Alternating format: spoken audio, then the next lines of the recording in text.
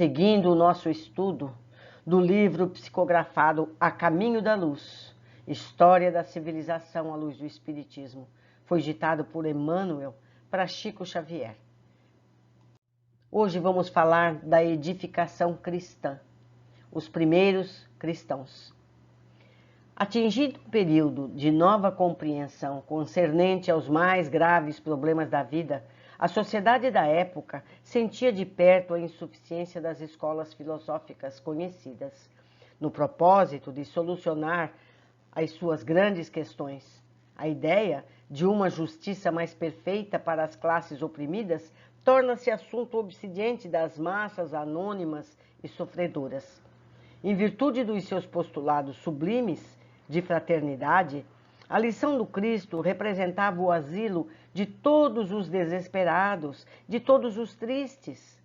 As multidões dos aflitos pareciam ouvir aquela misericordiosa exortação: vinde a mim, vós todos que sofreis e tendeis fome de justiça, eu vos aliviarei. E da cruz chegava-lhe ainda o alento de uma esperança desconhecida. A recordação dos exemplos do Mestre não se restringia aos povos da Judéia, que lhe ouviram diretamente os ensinos imorredouros. Numerosos centuriões, cidadãos romanos, conheceram pessoalmente os fatos culminantes das pregações do Salvador. Em toda a Ásia Menor, na Grécia, na África e mesmo nas Gálias, como em Roma, falava-se dele, da sua filosofia nova, que abraçava todos os infelizes, cheia das claridades sacrossantas do reino de Deus e da sua justiça. Sua doutrina de perdão e de amor trazia nova luz aos corações e os seus seguidores destacavam-se no ambiente corrupto do tempo pela pureza de costumes e por uma conduta retilínea e exemplar. A princípio, as autoridades do império não ligaram maior importância à doutrina nascente, mas os apóstolos ensinavam que, por Jesus Cristo, não mais poderia haver diferença entre os livres e os escravos, entre os patrícios e os plebeus, porque todos eram irmãos, filhos do mesmo Deus. O patriciado não podia ver com bons olhos semelhantes doutrinas. Os cristãos foram acusados de feiticeiros e heréticos, iniciando-se o martirológio com os primeiros éditos de proscrição. O Estado não permitia outras associações independentes, além daquelas consideradas como cooperativas funerárias, e aproveitando essa exceção, os seguidores do crucificado começaram os famosos movimentos das catacumbas. Vocês podem pesquisar a respeito. As reuniões eram feitas nas catacumbas, certo? Os cemitérios da época. Continuando, a propagação do cristianismo. Na Judéia, cresce, então, o número dos prosélitos da nova crença. O hino de esperanças da manjedoura e do Calvário espalha nas almas um suave e eterno perfume. É assim que os apóstolos, cuja tarefa o Cristo abençoara com a sua misericórdia, espalharam as claridades da Boa Nova por toda parte, repartindo o pão milagroso da fé com todos os famintos do coração. A doutrina do crucificado propaga-se com a rapidez do relâmpago. Fala-se dela tanto em Roma como nas Gálias e no norte da África. Surgem os advogados e os detratores. Os prosélitos mais eminentes buscam doutrinar, disseminando as ideias e interpretações. As primeiras igrejas surgem ao pé de cada apóstolo ou de cada discípulo mais destacado e estudioso. Vale lembrar que aqui o que eles chamam de igrejas eram agrupamentos familiares, as reuniões nas residências onde chegavam amigos da Boa Nova. Não era um templo exclusivo para a doutrina. Continuando, a centralização e a unidade do Império Romano facilitaram o deslocamento dos novos missionários que podiam levar a palavra de fé aos mais obscuros recantos do globo, sem as exigências e os obstáculos das fronteiras.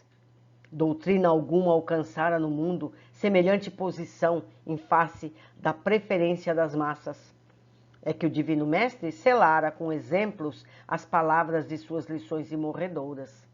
maior revolucionário de todas as épocas, não empunhou outra arma além daquelas que significavam amor e tolerância, educação e aclaramento. Condenou todas as hipocrisias, insurgiu-se contra todas as violências oficializadas, ensinando simultaneamente aos discípulos o amor incondicional, a ordem, ao trabalho, a paz construtiva. É por essa razão que os evangelhos constituem o livro da humanidade, por excelência. Sua simplicidade e singeleza transparecem na tradução de todas as línguas da terra, prendendo a alma dos homens entre as luzes do céu ao encanto suave de suas narrativas. Enquanto, meus amigos, muitos livros ditos sagrados pregam a discórdia, a luta entre os ímpios, já o Evangelho não. Apesar de, em séculos futuros, a própria religião dita cristã também levou sangue para muitos povos. Mas vamos continuando. A redação dos textos definitivos. Nesse tempo, quando a guerra formidável da crítica procurava minar o edifício imortal da nova doutrina, os mensageiros do Cristo presidem a redação dos textos definitivos, com vistas ao futuro, não somente junto aos apóstolos e seus discípulos, mas igualmente junto aos núcleos das tradições. Os cristãos mais destacados trocam entre si cartas de alto valor doutrinário para as diversas igrejas. São mensagens de fraternidade e de amor que a posteridade muitas vezes não pôde ou não quis compreender. Muitas escolas literárias se formaram nos últimos séculos dentro da crítica histórica para o estudo e elucidações desses documentos. A palavra apócrifo generalizou-se como o espantalho de todo mundo. Histórias numerosas foram escritas, hipóteses incontestáveis foram aventadas, mas os sábios materialistas, no estudo das ideias religiosas, não puderam sentir que a intuição está acima da razão. E ainda uma vez falharam, em sua maioria, na exposição dos princípios e na apresentação das grandes figuras do cristianismo. Percebemos aqui, meus amigos, que já as deturpações começam por interesses outros, menos dignos. A grandeza da doutrina não reside na circunstância de o evangelho ser de Marcos, de Mateus, de Lucas ou de João. Esta beleza imortal que se irradia de suas lições divinas, atravessando as idades e atraindo os corações. Não há vantagem nas longas discussões quanto à autenticidade de uma carta de Inácio de Antioquia ou de Paulo de Tarso, quando o raciocínio absoluto não possui elementos para a prova concludente e necessária. A opinião geral rodopiará em torno do crítico mais eminente, segundo as convenções. Todavia, a autoridade a autoridade literária não poderá apresentar a equação matemática do assunto. É que portas adentro do coração, só a essência deve prevalecer para as almas, e em se tratando das conquistas sublimadas da fé, a intuição tem de marchar à frente da razão, preludiando generosos e definitivos conhecimentos. A missão de Paulo. No trabalho de redação dos evangelhos, que constituem, sem dúvida, o portentoso alicerce do cristianismo, verificavam-se, nessa época, algumas dificuldades para que se lhes desse o precioso caráter universalista. Todos os apóstolos do Mestre haviam saído do teatro humilde de seus gloriosos ensinamentos. Mas, e se esses pescadores valorosos eram elevados espíritos em missão, precisamos considerar que eles estavam muito longe da situação de espiritualidade do Mestre, sofrendo as influências do meio a que foram conduzidos, tão logo se verificou o regresso do Cordeiro às regiões da luz. A comunidade cristã, de modo geral, começou a sofrer a influência do judaísmo, e quase todos os núcleos organizados da doutrina pretenderam guardar feição aristocrática em face das novas igrejas e associações que se fundavam nos mais diversos pontos do mundo. Começou o desmantelamento, né, amigos? É então que Jesus resolve chamar o espírito luminoso e enérgico de Paulo de Tarso ao exercício do seu ministério. Essa deliberação foi um acontecimento dos mais significativos na história do cristianismo. As ações e as epístolas de Paulo tornaram-se poderoso elemento de universalização da nova doutrina. De cidade em cidade, de igreja em igreja, o convertido de Damasco, com seu enorme prestígio, fala do Mestre, inflamando os corações. A princípio, estabelece-se entre eles e os demais apóstolos uma penosa situação de incompreensibilidade, mas a sua influência providencial teve por fim evitar uma aristocracia injustificável dentro da comunidade cristã dos seus tempos inesquecíveis de simplicidade e pureza. Se os amigos quiserem pesquisar, vocês vão ver que o Paulo teve dificuldade de se aproximar dos apóstolos. E muitos deles defendiam que Paulo não conheceu Jesus e por isso não sabia. Só que Paulo pesquisou, trabalhou muito, além de ter tido contato direto com Jesus, não é mesmo? Continuando, o Apocalipse de João. Alguns anos antes de terminar o primeiro século, após o advento da nova doutrina, já as forças espirituais operam uma análise da situação amargurosa do mundo em face do porvir. Sob a égide de Jesus, estabelecem novas linhas de progresso para a civilização, assinalando os traços iniciais dos países europeus dos tempos modernos. Roma já não representa, então, para o plano invisível, senão um foco infeccioso que é preciso neutralizar ou remover.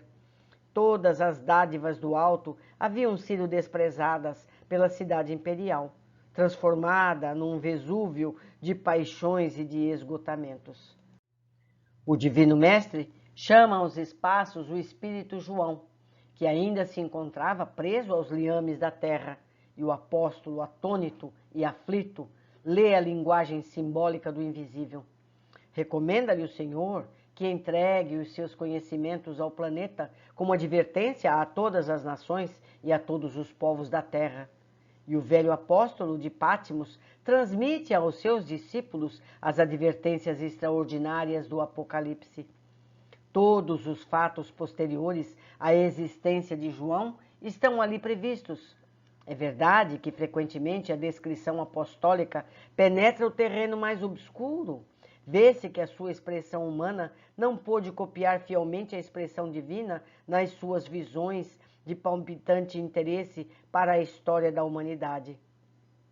As guerras, as nações futuras, os tormentos por vindouros, o comercialismo, as lutas ideológicas da civilização ocidental estão ali pormenorizadamente entrevistos.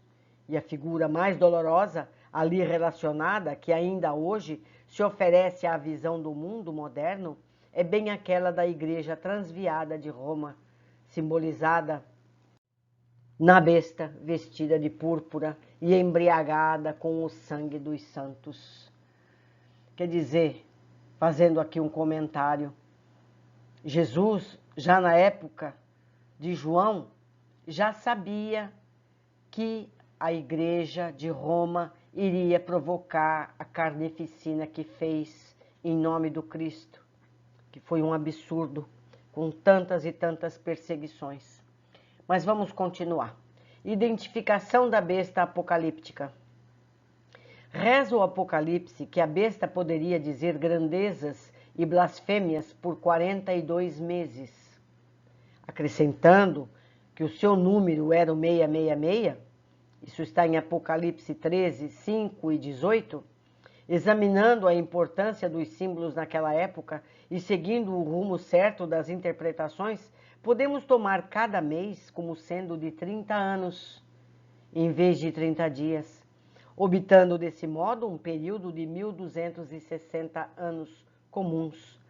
justamente o período compreendido entre 610 e 1870 da nossa era, quando o papado se consolidava após o surgimento com o imperador Focas em 607 e o decreto da infabilidade papal de Pio IX em 1870, que assinalou a decadência e a ausência de autoridade do Vaticano em face à evolução científica, filosófica e religiosa da humanidade.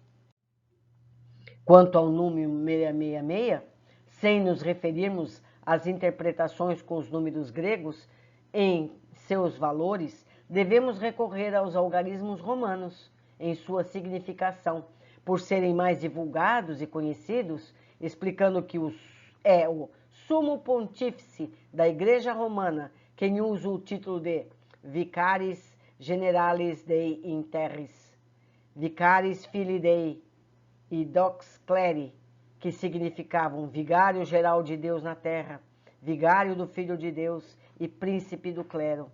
Bastará ao estudioso um pequeno jogo de paciência, somando os algarismos romanos encontrados em cada título papal, a fim de encontrar a mesma equação, 666, em cada um deles. Vê-se, pois, que o Apocalipse de João tem singular importância para os destinos da humanidade terrestre. O roteiro de luz e de amor.